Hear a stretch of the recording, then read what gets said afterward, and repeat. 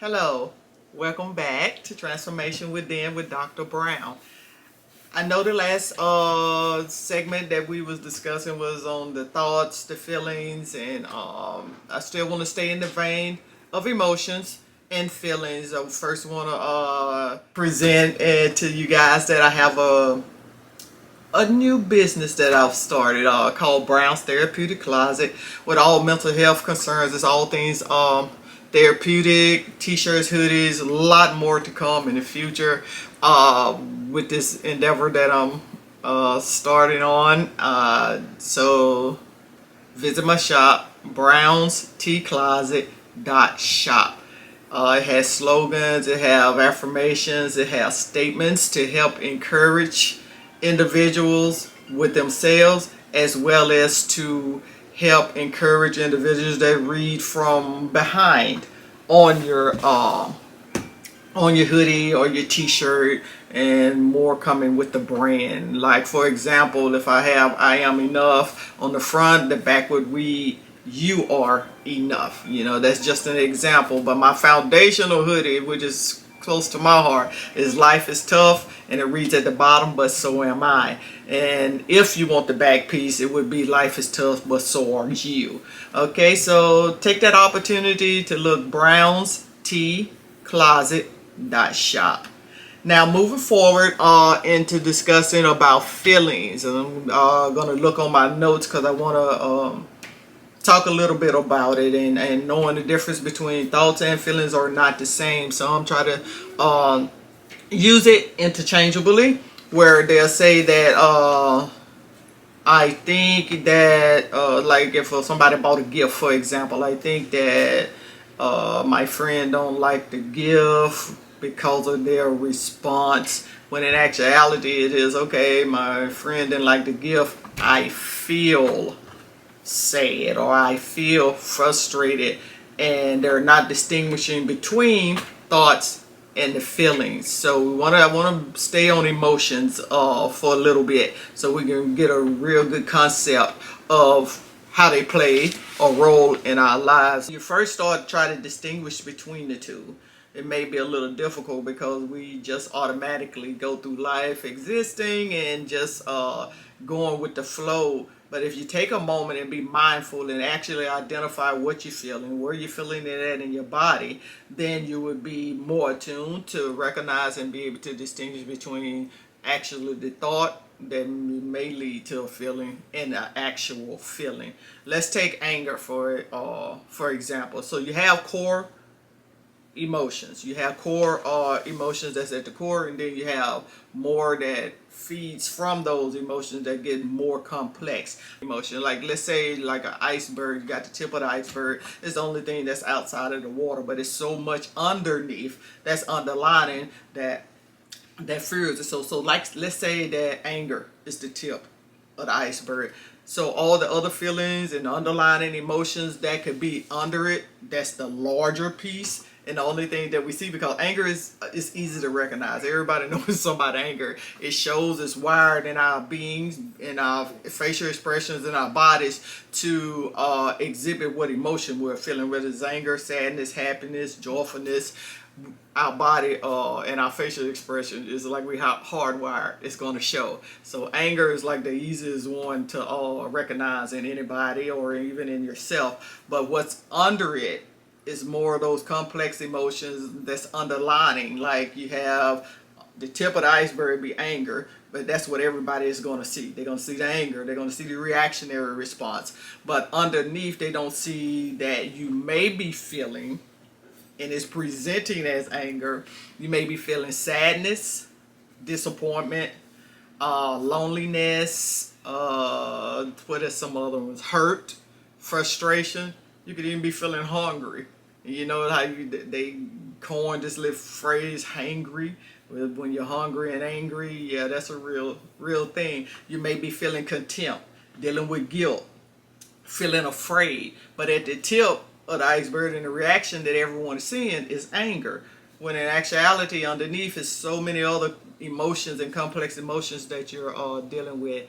So it's real important to be able to start to slow down in life and be attuned to your emotions and feelings and start to recognize what is actually going on in my body. What are these emotions indicating? Because the emotions are indicators. They're not just a feeling. They indicate, they're sending a message. They're telling you that something's going on. Like if you're happy, it's telling you, if your body feeling, you feel a whole relaxation with peacefulness and serene and tranquility. And when you're happy, you have this elation, this vibrancy. If you're sad, it's a downcast. All these different emotions, they're telling you something. So what you want to do and how it connects to the thoughts when you're feeling these different emotions.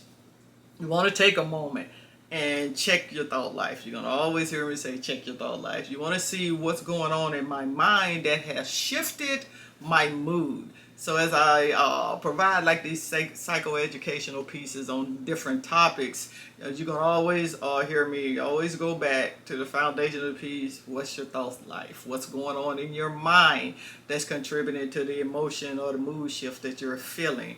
So you want to be able to start being attuned to your body, recognizing what it's saying, what the messages are. Why am I mad?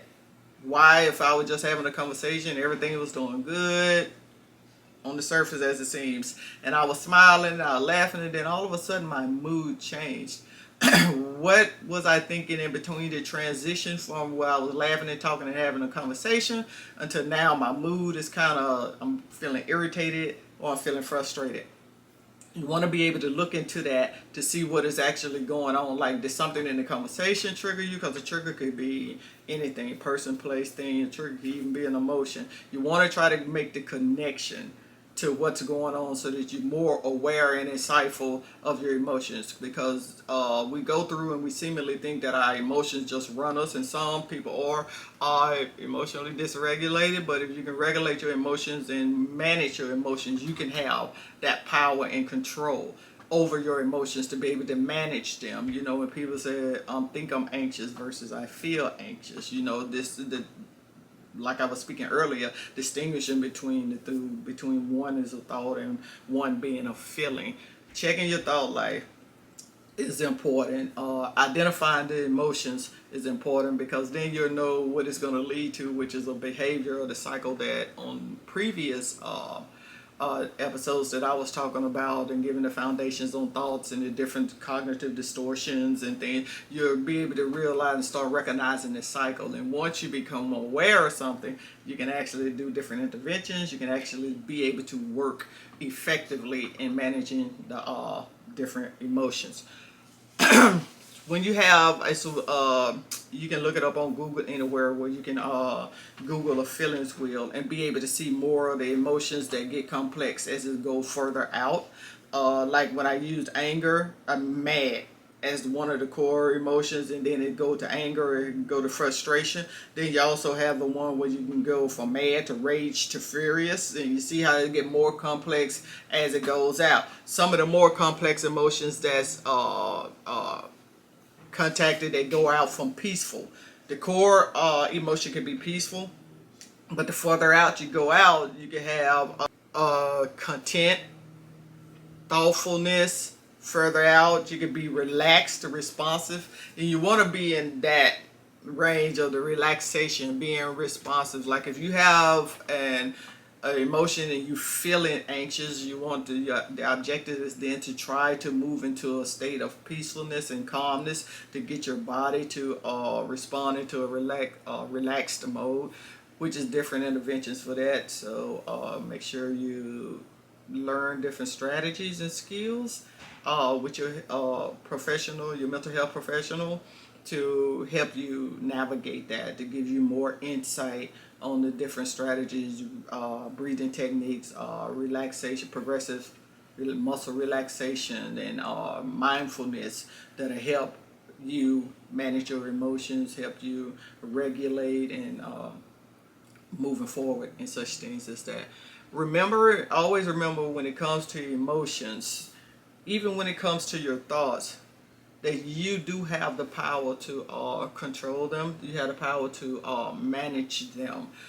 It's not they're controlling you. Now, when you see people in the world and you interact and engage with individuals that are reactionary, it's because their emotions is running them versus them running their emotions. And they get very explosive and things like that because they're not intentional. You have to be intentional in managing your emotions. You have to be intentional in your life, period. To be honest, you just have to be intentional in the things and the decisions you're making, and the things that you're thinking on, and the things that you watch, and different things, and that you expose yourself to, because it's gonna feed you. It's gonna feed your spirit. It's gonna feed your mind. And then once it's grown and once it's been developed, you're gonna either have a reaction or you're gonna have a response.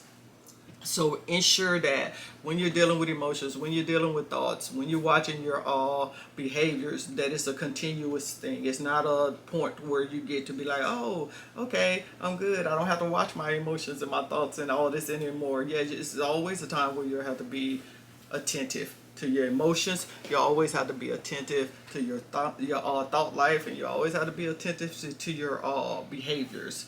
So going forward in our series, we'll be looking at more in-depthness of the emotions, and then we will cycle back around to thoughts, because your thoughts, that's the foundation. Your mind is like a garden, and the seeds that you plant in it is what's gonna grow, because as there is scripture say, what a man thinketh in his heart, so is he.